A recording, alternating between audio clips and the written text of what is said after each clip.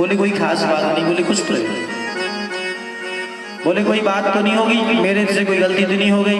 भगवान ने कहा एक आध गलती होती आपसे तो कहता। अरे आपने तो गलतियों पर गलतियां की हैं। बहुत बाजार सा लग रहा है। बच्चे तो देखो नाक में दम कर रहे हैं, कोई रोकने वाला नहीं है।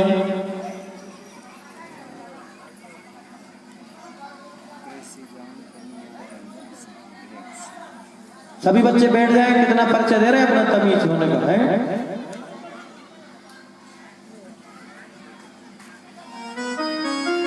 रोक दे भैया, कुछ लोग बच्चे लोगों को रोक दे। कमले सुनता नहीं दिखा रहे उन्हें सुन रहा।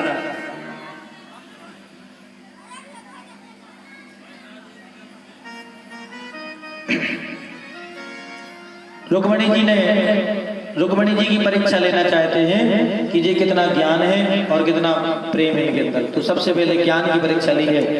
अनमनी खड़े हैं, बोली कोई गलती हमसे तो नहीं हो गई है। रुक्मणी जी ने कहा अरे एक आध गलती होती तो बता दे, आप तो गलतियों पर गलतियां किए गई हैं। महाराज क्या गलतियां की हैं? बोले एक आध होती तो बता दे, आप तो गलतियों पर गलतियां की गई हैं। भगवान कहते पहली गलती तो आपने ये की है कि आपने मुझ जैसे ग्वारिये से विवाह किया। अरे कहाँ मैं और कहाँ आप? भगवान ने कहा कहाँ मैं और कहाँ आप। लेकिन रुक्मणी जी ने कुछ भी नहीं कहा, ज्यों का तो चेहरा है, पलट के जवाब नहीं दिया। लेकिन जब बोलती नहीं है तो कन्हैया कहते आप कहोगी कन्हैया गलती तो ना करती, लेकिन विवाह इसलिए कर लिया कि आप बड़े वीर हो। अरे काय का वीर हूं? ये भी आपने गलती की है। बड़े बड़े राजा जरासंध जैसे राजाओं के डर के मारे समुद्र में छिप करके बैठा, डरपोक कहीं का, और मुझ जैसे डरपोक से विवाह किया आपने। रुक्मणी जी का कन्हैया ने चेहरा देखा, जो कि तो खड़ी है, कोई उनके ऊपर प्रतिक्रिया नहीं हुई, पलट के जवाब नहीं दिया। मानो वो गुस्से में लाना चाहते हैं अपनी रानियों को कि जी गुस्से में कैसी रखती है, टंगाना चाहते हैं, पलट के जवाब देती कि नहीं। तीसरी बात जब वो बोलती नहीं है तो कहते हैं अजी आप कहोगी कि विवाह तो बिल्कुल ना कर दी कन्हैया, लेकिन क्या बताएं तुम्हारा कुल खानदान बड़ा सुना है। अरे काय का बड़ा है मेरा कुल खानदान? मैं तो किसकी औलाद हूँ मैं तो पता भी नहीं है, मैं किसका बेटा हूँ। कोई मुझे वासुदेव कृष्ण कहता है, कोई यशोदा नंदन देवकी नंदन कहता है, मुझे तो असली में पता नहीं मैं किसकी औलाद हूँ। अधर धर सामरे रे बाबा दुई बापन के जाए, एक बाप मथुरा बसे दूजे गोकुल गांव, अधर धर शाम रे लाला दुई बापन के। कन्हैया ने देखा रुक्मणी जी ने पलट के जवाब नहीं दिया, ज्यों की त्यों खड़ी बोल नहीं रही। फिर भगवान कहते हैं जी आप कहोगी कन्हैया गलती तो ना कर दे, लेकिन विवाह इसलिए कर लिया कि आप बड़े सुंदर हो। अरे काय का सुंदर हूं? काय का सुंदर हूं? वैसे ही काला था, और जब काली का नाम गुना था तो और काला पड़ गया, मुझ जैसे काले से विवाह किया। रुक्मणी जी ने फिर भी जवाब नहीं दिया, चुपचाप एक ही जैसा चेहरा पहले था, कोई पलट के जवाब नहीं दिया। कन्हैया देखते हैं, देखो इनके अंदर कोई क्रोध नहीं आया। फिर भगवान कहते हैं खुद ही बोले जा रहे हैं अजीब विवाह तो बिल्कुल ना कर दी कन्हैया, लेकिन इसलिए कर लिया कि आपका गुणगान बड़े बड़े लोग करते हैं, बड़े बड़े। अरे कहाँ करते हैं बड़े बड़े मेरा गुणगान? मेरा गुणगान तो छोटे छोटे लोग करते हैं। ये बात सही है, भगवान का गुणगान बड़े बड़े लोग करते हैं। जो अपने आप में बड़ा बनते हैं कि हम बहुत बड़े हैं, वो लोग तो कथा में भी नहीं आ पाते। बड़े लोगों को कहाँ टाइम है कि हम बहुत बड़े हैं, पैसे वाले हैं, उन्हें तो कथा में बैठने का भी टाइम नहीं रहता है। दान पुण्य करना तो बड़ी बात है। और भैया खड़े हैं, चुपचाप खड़ी हैं रुक्मणी जी, लेकिन एक बात भगवान ने जब कही थी रुक्मणी जी अभी भी कुछ नहीं बिगड़ा है, आप चाहो तो शिशुपाल से विवाह कर लो, बड़ा चाहता है आपको। क्योंकि उनने पहले बता दिया था कन्हैया शिशुपाल मुझे ब्याह करने आ रहा है, इसलिए आप हमको उठा के ले जाओ, और मैं उसको चाहती नहीं। उन्होंने बात बता दी थी बचपन पहले वाली बात, विवाह के पहले की, तो कन्हैया ने इसी को दोहरा दिया। जब ऐसी बात कही दूसरे से विवाह, वो बर्दाश्त नहीं हुई और पलट के जवाब नहीं दिया, लेकिन धड़ाम से गिर जाती। और जब वो गिर जाती हैं, बेहोश हो जाती हैं, मूर्छित हो जाती हैं, तो भगवान की आंखों में आंसू आ गए, चतुर्भुज रूप धारण कर लिया। दो हाथ से भगवान को भगवान ने रुक्मणी जी को उठा लिया, एक हाथ से जल का मार्जन कर रहे, छिड़के मार रहे हैं, एक हाथ से हवा कर रहे हैं। जब कन्हैया की आंखों के आंसू रुक्मणी जी के ऊपर गिरे तो वो जाग जाती।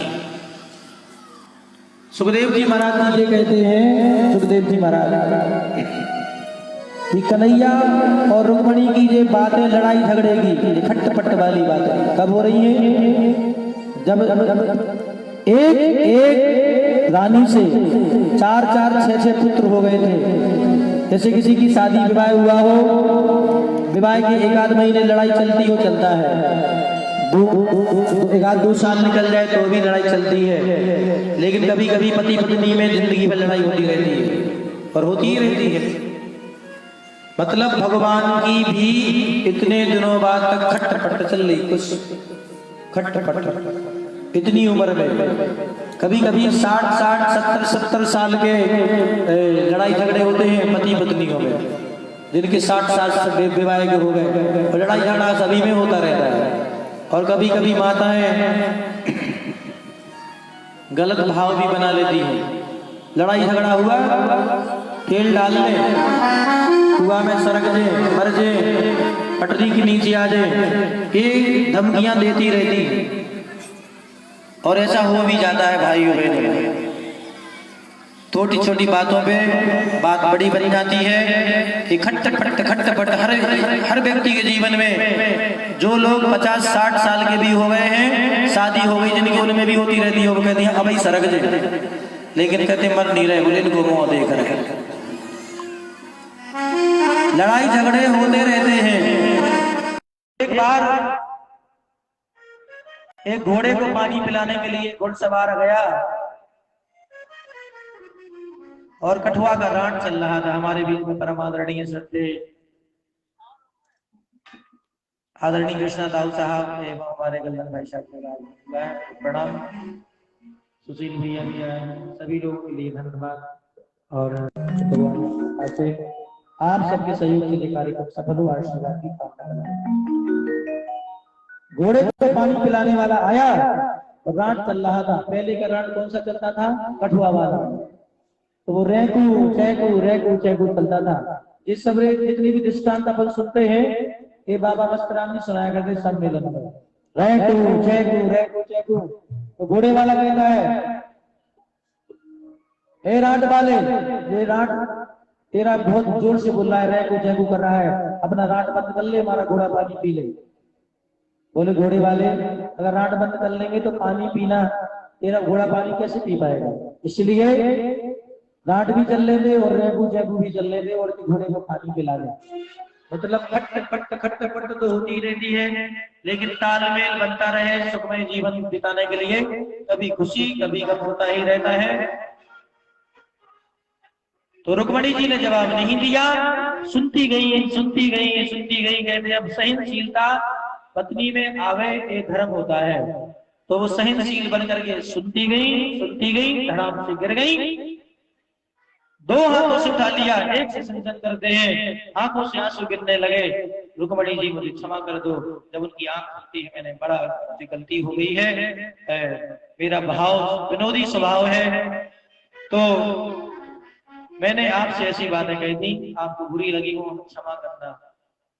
रुक्मणी जी कहते कन्हैया से, कन्हैया आप ऐसी बातें कर रहे हो, आपने जो भी बातें कही है एक बात सही कही है, हमें किसी भी बात का बुरा नहीं लगा है, और महाराज जो भी आपने बातें कही है सब सच।